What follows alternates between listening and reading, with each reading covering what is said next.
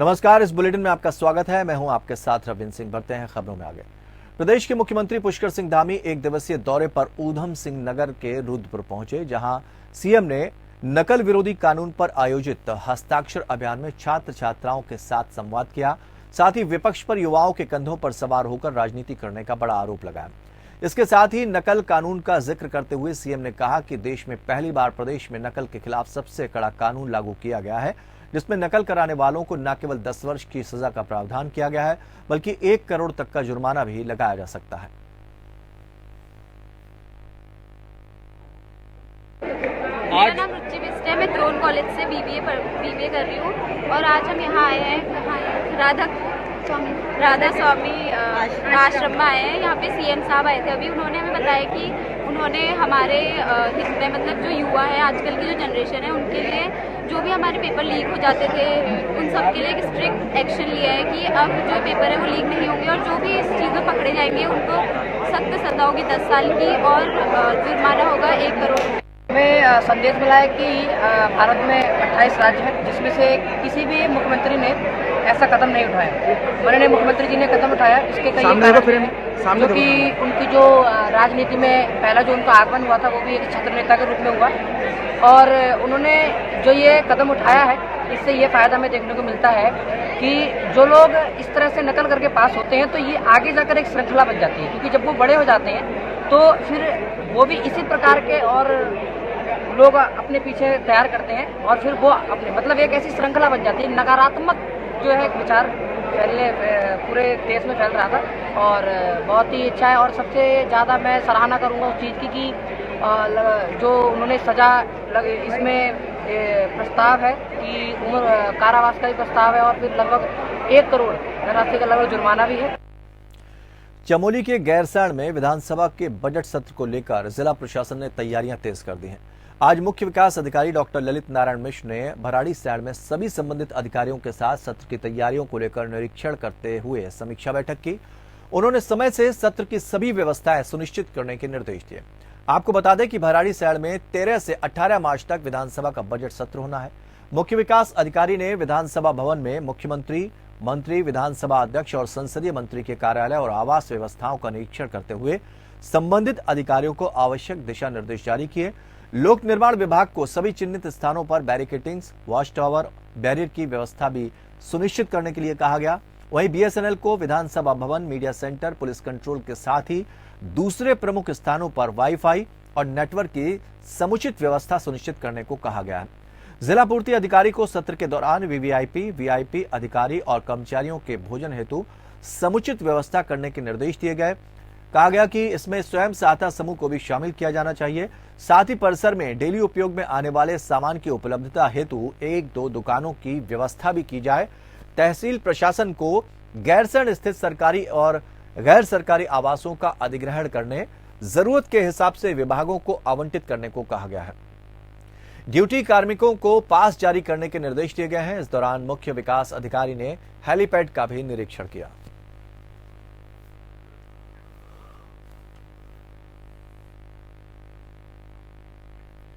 बेरोजगार संघ से जुड़े युवाओं पर कुछ समय पहले पुलिस ने लाठीचार्ज किया था। लाठीचार्ज के बाद जहां विपक्ष ने इसे एक बड़ा मुद्दा बनाया और लगातार सरकार को घेरने की कोशिश की, प्रदेश के पूर्व मुख्यमंत्री त्रिवेंद्र सिंह रावत ने भी लाठीचार्ज को गलत बताया था। वहीं रावत ने एक बार फिर से युवाओं के ऊपर किए गए लाठीचार्ज को गलत बताया। उन्होंने कहा कि उस समय रात का समय था, ज्यादा लोग भी धरने पर नहीं बैठे थे, ऐसे में फोर्स को बढ़ाया जा सकता था, इसलिए मैंने ये बात कही थी कि लाठीचार्ज नहीं किया जाना चाहिए था। देखिए, लाठीचार्ज हमेशा जब असामान्य स्थिति हो जाती है तभी करना चाहिए, जब हमको लगे कि मामला नियंत्रण से बाहर जा रहा है। क्योंकि जो मुझे बताया गया कि बच्चे वहाँ पर 20-25 बच्चे थे, रात का वक्त था, आधी रात का वक्त था, तो ऐसे में उसकी ज़रूरत क्या थी? भाई 50 लोग थे, 25 लोग थे, 50 लोग थे, माना तो वहाँ फोर्स बढ़ाई जा सकती थी। और फिर सब लोग, रात का समय था, सब वहाँ पर रात को ऐसा भी कुछ नहीं कि भाई चलो कोई भीड़ भाड़ है, कोई ऐसी कोई बात है, कोई उपद्रव होने की संभावना है, इसलिए उत्तराखंड में हुए तमाम घोटालों के चलते प्रदेश में सख्त नकल विरोधी कानून लागू किया गया, जिस पर सरकार का कहना है कि इस ठोस नकल विरोधी कानून से कहीं ना कहीं प्रदेश में लगातार हो रहे भर्ती घोटालों पर लगाम लगेगी। लेकिन विपक्ष लगातार इस कानून को लेकर सरकार पर निशाना साधने में जुटा है। कांग्रेस इसे एक पॉलिटिकल स्टंट बता रही है। कांग्रेस का कहना है कि नकल विरोधी कानून को लागू करना उत्तराखंड सरकार की एक अच्छी पहल है, लेकिन क्या धरातल पर इस कानून का कोई फायदा देखने को मिलेगा? सरकार आयोग की सीबीआई जांच से बचने की कोशिश कर रही है और इसी वजह से पीसीएस परीक्षा से पहले सरकार सीबीआई जांच को लेकर अपना बचाव करती नजर आ रही है और मुख्यमंत्री का कहना है कि परीक्षा संपन्न होने के बाद सीबीआई जांच करवाई जाएगी। भारतीय जनता पार्टी की राजनीति क्या है आज देश के लोग भली भांति समझने लगे हैं। और जहां तक नकल विरोधी कानून का ढोल पीटने का सवाल है, कांग्रेस पार्टी स्पष्ट रूप से कह चुकी कि अच्छी बात है अगर कोई कानून आप लाते हैं, लेकिन मैं ये पूछना चाहता हूं कि क्या पहले से नकल विरोधी कानून देश में नहीं है?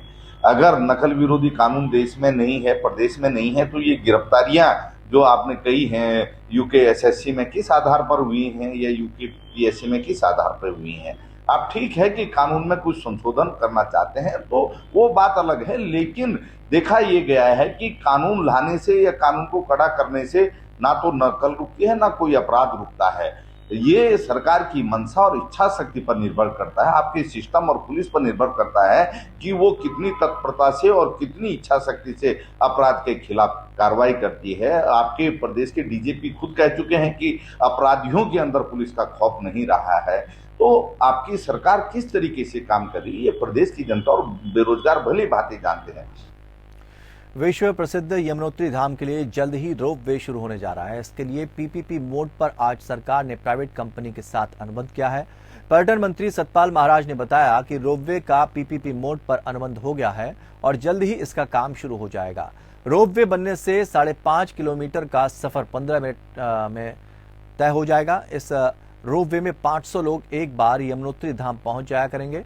इस रोप वे की लागत 167 करोड़ रुपए है। इसके शुरू होने के बाद यमुनोत्री धाम की यात्रा बेहद आसान हो जाएगी। प्रसन्नता का विषय है कि आज विश्व प्रसिद्ध 4 धामों में से यमुनोत्री धाम के लिए रोप वे परियोजना का आज अनुबंध किया गया है। जानकी चट्टी खरसाली से यमुनोत्री धाम तक रोप वे परियोजना को पीपी मोड में विकसित किया जा रहा है, जिसकी लंबाई 3.38 किलोमीटर है। इसकी अनुमानित लागत 167 करोड़ रुपए है। इस रोपवे परियोजना का निर्माण messrs SRM engineering and FIL industries द्वारा किया जाएगा। इसमें 500 व्यक्ति प्रति घंटा जो हैं ऊपर पहुंच जाएंगे और जानकी चट्टी खरसाली से यमुनोत्री देवी धाम पहुंचने के लिए अब श्रद्धालुओं को 5.5 किलोमीटर की चढ़ाई नहीं चढ़नी पड़ेगी। प्रदेश के शहरी विकास मंत्री प्रेमचंद अग्रवाल ने विधानसभा स्थित कार्यालय में हरद्वार रुड़की विकास प्राधिकरण की प्रगति की समीक्षा को लेकर एक बैठक की। वहीं बैठक के बाद कैबिनेट मंत्री ने कहा कि सरकार द्वारा प्राधिकरणों का निर्माण जनता की सुविधाओं को ध्यान में रखकर किया जा रहा है, जिसके तहत HRDA भी लगातार कोशिशें कर रहा है। वहीं उन्होंने कहा कि HRDA ने साल 2021-22 में जहां 36 करोड़ लक्ष्य राजस्व के मुकाबले 30 करोड़ राजस्व प्राप्त किया था, वहीं साल 2022-23 के फरवरी माह तक ये 40 करोड़ लक्ष्य के सापेक्ष 42 करोड़ 83 लाख राजस्व प्राप्त करने में सक्षम रहा है। उन्होंने आगे बताया कि अवस्थापना के तहत लगभग 38 करोड़ के कार्य HRDA द्वारा कराए जाने हैं, जिसमें 122 कार्यों को संपादित किया जा रहा है, जो कि लगभग पूर्ण होने की कगार पर है। उन्होंने कहा कि HRDA के अंतर्गत ही नगर क्षेत्र में 84 पार्कों का सुधारीकरण और उनमें सोलर लाइट, पाथ और जिम जैसी सुविधाओं की व्यवस्था सुचारू रूप से की जा रही है। मंत्री ने कहा कि हरिद्वार एक प्रसिद्ध तीर्थ स्थल है, जहां कई तीर्थयात्री आते हैं, जिससे हरिद्वार में पार्किंग एक महत्वपूर्ण पहलू है। पार्किंग की व्यवस्था को मजबूत करने के लिए HRDA लगातार कोशिश कर रहा है, जिसके तहत शहर के 5 स्थानों पर मल्टी स्टोरीज पार्किंग की व्यवस्थाएं की जा रही हैं। इसी बीच में कुछ और उस जगह पे हम लोग कोशिश कर रहे हैं कि क्योंकि हरिद्वार आप जानते हैं कि पूरे विश्व का एक बहुत ही प्रसिद्ध तीर्थ स्थल है, अनेकों लोग वहाँ पे आते हैं और लगातार वहाँ पे कैसे जैसे मैंने बताया पार्किंग का है, इन अवस्थापनाओं पे भी हम लोग काम कर रहे हैं। तो लगभग हमारे उसी क्षेत्र में जो भी हम लोगों ने समीक्षा की है, तो कुछ काम हर की पैड़ी का कॉरिडोर बनना है, जिसकी डीपीआर लगभग तैयार हो गई है। बहुत जल्द उसके ऊपर काम होगा। ऐसे ही हमारे यहाँ जो आप उत्तराखंड के अंदर प्रवेश करेंगे, बाहर से जब आएंगे, तो वहाँ नारसन पे एक सुंदर एक गेट बने, वहाँ बढ़िया सा एक आसपास का क्षेत्र वहाँ डेवलप हो, उस दिशा में भी हमारा HRDA काम कर रहा है। साथ में हमारे यहाँ जो भल्ला स्टेडियम के पास वहाँ एक बढ़िया स्टेडियम बनाने का प्रोजेक्ट भी विचाराधीन है, लगभग 7.5 करोड़ का। उसमें बैडमिंटन का और दूसरे चीज़ों का वो हम प्रस्तावित कर रहे हैं। यदि सब ठीक रहा तो उसमें भी हम लोग सफल होंगे। ऐसे ही लगभग हमारे यहाँ ललतारा पुल के पास, सिटी मजिस्ट्रेट ऑफिस के पास, हमारा पुराना जो रानीपुर मोड़ है उसके पास, हमारे तहसील ऑफिस के पास और रुड़की में तहसील ऑफिस के पास, इस प्रकार से 1, 2, 3, 4, 5 मल्टी स्टोरी पार्किंग की भी जो वहाँ की स्थिति है उसको सुधारने के लिए। रामनगर पहुंचे प्रदेश के पूर्व मुख्यमंत्री और पौड़ी लोकसभा क्षेत्र से सांसद तीरथ सिंह रावत का स्थानीय विधायक दीवान सिंह बिष्ट और पार्टी कार्यकर्ताओं ने फूल मालाओं के साथ जोरदार स्वागत किया। वहीं सांसद तीरथ सिंह रावत ने कार्यकर्ताओं को संबोधित करते हुए आपसी मनमुटाव भुलाकर संगठन के हित में काम करने की अपील की। साथ ही केंद्र के बजट की जमकर प्रशंसा करते हुए कहा कि सरकार ने बजट में सभी वर्गों का ख्याल करते हुए बजट पेश किया। बजट को लेकर विपक्ष भी सहमत है, लेकिन विपक्ष में रहकर विपक्ष की भूमिका निभा रहा है। 2024 में होने वाले लोकसभा चुनाव में पार्टी प्रधानमंत्री के विकास मॉडल को लेकर जनता के बीच हो जाएंगे और पिछले चुनाव की अपेक्षा इस चुनाव में भारी बहुमत के साथ जीत दर्ज कर केंद्र में सरकार बनाएगी।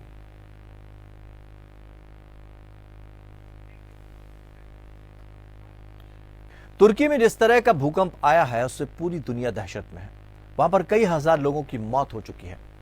वहीं जब हम भारत में हिमालय क्षेत्र की बात करते हैं तो हिमालय क्षेत्र में पिछले कुछ दशकों में कई सारे भूकंप आ चुके हैं और खास तौर पर उत्तराखंड में छोटे बड़े भूकंप को मिला दिया जाए तो पिछले कुछ दशकों में इनकी संख्या लगातार बढ़ती जा रही है।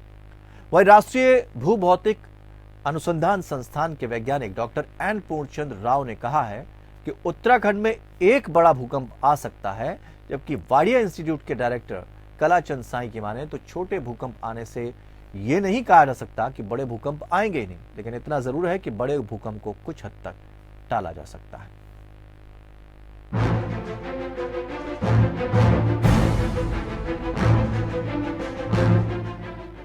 जोशीमठ में आई आपदा के बाद लगातार जो एक बड़ा सवाल खड़ा हो रहा है वो है कि अगर ऐसी स्थिति किसी और क्षेत्र में पैदा होती है तो क्या हम उसके लिए तैयार हैं? उसके साथ ही टर्की में आए भूकंप को लेकर भी दुनिया दहशत में है। और एक और सवाल जो खड़ा हो रहा है वो ये है कि अगर जोशीमठ या फिर उत्तराखंड के किसी और क्षेत्र में कभी कोई बड़ा भूकंप आ जाए तो क्या होगा? क्योंकि कई संस्थान लगातार भूकंप को लेकर रिसर्च कर रहे हैं और राष्ट्रीय भूभौतिकीय अनुसंधान संस्थान के भूकंप विज्ञान के मुख्य वैज्ञानिक डॉक्टर एन पूर्णचंद्र राव ने चेतावनी दी है। उन्होंने चेतावनी देते हुए कहा है कि तुर्की से भी बड़े भूकंप का खतरा उत्तराखंड पर मंडरा रहा है। वहीं उनकी इस बात को इसलिए भी गंभीरता से लिया जा रहा है क्योंकि पिछले कुछ दिनों में उत्तराखंड में 10 छोटे भूकंप आ चुके हैं। वहीं वाडिया इंस्टीट्यूट के पूर्व वैज्ञानिक डॉक्टर सुशील कुमार रोहेला ने कहा कि उत्तराखंड भूकंप के लिए जोन 4 और 5 में आता है। वैसे तो पूरी हिमालयन बेल्ट ही बहुत ज्यादा सेंसिटिव है और उत्तराखंड भी बहुत सेंसिटिव जोन में है। उत्तराखंड हिमालय राज्यों के सेस्मिक गैप में आता है। बावजूद इसके ये भविष्यवाणी नहीं की जा सकती कि उत्तराखंड में कोई बड़ा भूकंप आने वाला है। तो जो स्ट्रेन अकोमुलेशन हुआ वो सब रिलीज ज्यादा हो जाएगा, लेकिन छोटा अर्थक्वेक में वो बहुत earthquake, billion and billion earthquake होना चाहिए। थोड़ा सा लाइट, थोड़ा सा मॉडरेट, थोड़ा सा स्ट्रॉन्ग, जिसको हम लाइट बोल रहे हैं, वो 4 to 5, 5 to 6 वो है आपके मॉडरेट, 6 to 7 वो स्ट्रॉन्ग। इस तरह का अर्थक्वेक जब आ जाता है तो बहुत एनर्जी जो एक्युमुलेटेड हो रहा है वो निकाल के बाहर आ जाता है। पिछले कुछ समय में उत्तराखंड में लगातार भूकंप आ रहे हैं और इन भूकंपों का केंद्र उत्तराखंड के अलग अलग स्थान रहते हैं। वहीं जिस तरह का भूकंप 1991 में उत्तराखंड में आया, वैसा भूकंप दोबारा नहीं आएगा, इस बात की पुष्टि तो कोई नहीं कर सकता। लेकिन इतना जरूर है कि भूकंप जैसी स्थिति से किस तरह से निपटा जाए, इसको लेकर तैयारियां कुछ हद तक की जा सकती हैं। वहीं जब हम भूकंप की बात करते हैं तो पिछले कुछ समय में उत्तराखंड में जो भूकंप आए हैं वो 4 से लेकर 5 रिएक्टर स्केल पर दर्ज किए गए हैं। वहीं वाडिया इंस्टीट्यूट जो लगातार हिमालय क्षेत्र में हो रही गतिविधियों पर अपनी नजर बनाए रखता है, खास तौर पर उत्तराखंड के हिमालय क्षेत्रों पर, वहां के डायरेक्टर कलाचंद साई की माने तो उत्तराखंड में या फिर किसी भी जगह में अगर छोटे भूकंप आते हैं जिनका रिएक्टर स्केल 5 से नीचे रहता है, वो एक तरह से सही है। हम यदि बात करें उत्तराखंड की, तो उत्तराखंड ऑलरेडी साइस्मिक जोन 4 और 5 में आता है। तो ऊपर के इलाके बटवारी और उत्तरकाशी और इससे ऊपर के इलाके जोन 5 में आते हैं, और चमोली और बाकी देहरादून और इससे बीच के इलाके सब ये जोन 4 में आते हैं। तो ये हाईएस्ट सेस्मिक जोन्स हैं, जोन 5 जो है। हिमालयन बेल्ट में वैसे तो बहुत सारे पोर्शंस हैं जो जहाँ जो अनरैप्चर्ड हैं अभी। इवन नेपाल में भी 2015 में जो भूकंप आया उसमें भी हम ये कहते हैं कि वो पूरी तरह से रैप्चर्ड नहीं हुआ, केवल 7 से 8% ही रैप्चर हुआ है। कलाचंद साई की माने तो छोटे भूकंप आने से ये नहीं कहा जा सकता कि बड़े भूकंप आएंगे ही नहीं, लेकिन इतना जरूर है कि बड़े भूकंप को कुछ हद तक टाला जा सकता है। वाडिया इंस्टीट्यूट लगातार भूकंप को लेकर रिसर्च कर रहा है। साथ ही जोशीमठ में जो प्राकृतिक आपदा इस वक्त आ रखी है, उसको लेकर भी लगातार वाडिया इंस्टीट्यूट रिसर्च कर रहा है।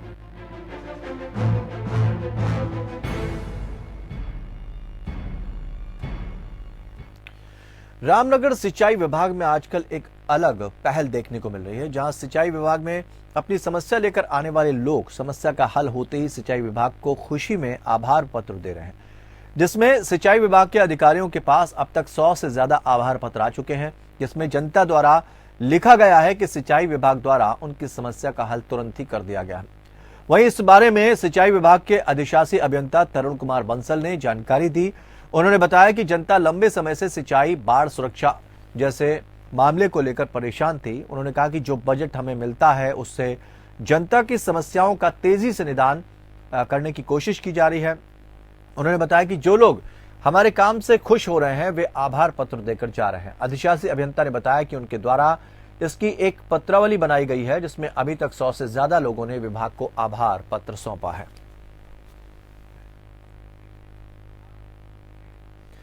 उत्तराखंड में गर्भवती महिलाओं की सुख सुविधाओं के लिए स्वास्थ्य विभाग जल्द प्री बर्थ सेंटर की व्यवस्था करने जा रहा है।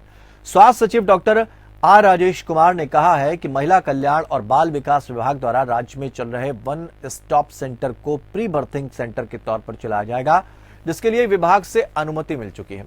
उन्होंने कहा कि एनएचएम का जो सप्लीमेंट्री बजट है उसमें भारत सरकार से फंड की मांग की गई है, जिससे जल्द ही वन स्टॉप सेंटरों को प्री बर्थिंग सेंटर के रूप में चलाया जाए। इसके बाद गर्भवती महिलाओं को अस्पतालों में यह सुविधा उपलब्ध हो सकेगी। यही नहीं, दूर दराज से जो महिलाएं हॉस्पिटल में जांच के लिए आती हैं उनको वहां पर रुकने की व्यवस्था भी कराई जा सके। देखिए, महिला एवं बाल विकास विभाग के माध्यम से वन स्टॉप सेंटर संचालित हो रहे हैं। हमने एक प्रस्ताव इस डिपार्टमेंट को भेजा था कि जितने भी वन स्टॉप सेंटर्स हैं वो प्री बर्थिंग सेंटर्स के तौर पे भी काम कर सकते हैं। तो prima facie women and child development department से प्रस्ताव की स्वीकृति हमें मिल गई है। तो इसी के क्रम में हम लोगों ने हमारा जो सप्लीमेंट्री बजट है एनएचएम का, उसमें ये भारत सरकार से अनुरोध किया है कि इसके लिए फंड्स हमें उपलब्ध कराया जाए। तो जितने भी हमारे वन स्टॉप सेंटर्स हैं सभी 13 जिलों में, ये सभी one stop centres pre berthing centre के तौर पे ये काम करेंगे। और जो गर्भवती महिलाएं हैं जो डिलीवरी के लिए आती हैं टेस्ट वगैरह कराने, और फिर उसके बाद फिर उनको थोड़ा दूर जाना पड़ता है गाँव में, तो वो यहाँ आके रह सकती हैं और उनका पूरा खर्च हेल्थ डिपार्टमेंट वह करेगा। गर्मी के दिनों में शहर में कई तरह की बीमारियां पनपने लगती हैं और अचानक से मरीजों की संख्या में इजाफा हो जाता है, जिससे स्वास्थ्य विभाग के लिए निपटना एक चुनौती बन जाता है। राजधानी देहरादून के सरकारी अस्पतालों में आम और खास दोनों तरह के मरीज आते हैं। ऐसे में स्वास्थ्य विभाग के लिए भी चुनौती रहती है कि गर्मी के चलते किस तरह से व्यवस्थाएं दुरुस्त की जाएं, जिसको लेकर सीएमओ संजय जैन ने जानकारी देते हुए बताया कि इस संबंध में अधिकारियों को निर्देश दे दिए गए हैं। दवाइयां और जरूरी मेडिकल सुविधाएं पर्याप्त मात्रा में है हमारे पास उपलब्ध हैं, ताकि सभी मरीजों को अस्पतालों में स्वास्थ्य लाभ मिल सके।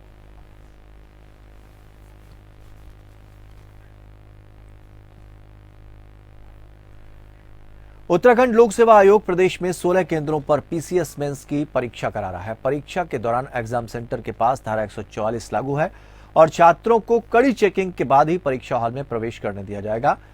एग्जाम के दौरान अभ्यर्थियों पर सीसीटीवी से भी नजर रखी जा रही है और हर सेंटर पर पूरी परीक्षा का वीडियोग्राफी कराया जा रहा है। एग्जाम सेंटर के बाहर अभिभावकों का कहना है कि इस बार हो रही परीक्षा को लेकर उनके मन में किसी तरह का कोई संशय नहीं है। परीक्षा कड़ी सुरक्षा व्यवस्था के बीच चल रही है और उनके बच्चों को सफलता जरूर मिलेगी।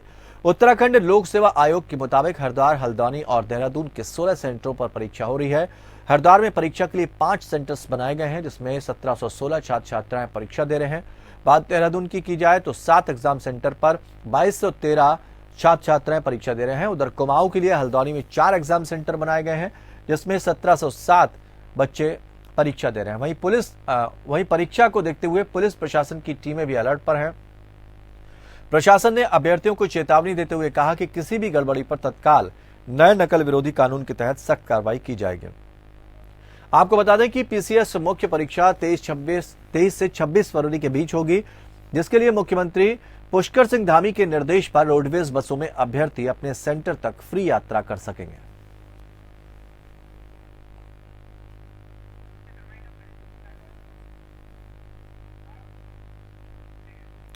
तो इस बुलेटिन में फिलहाल इतना ही, लेकिन खबरों का सफर लगातार जारी रहेगा। जुड़े रहिए हमारे साथ।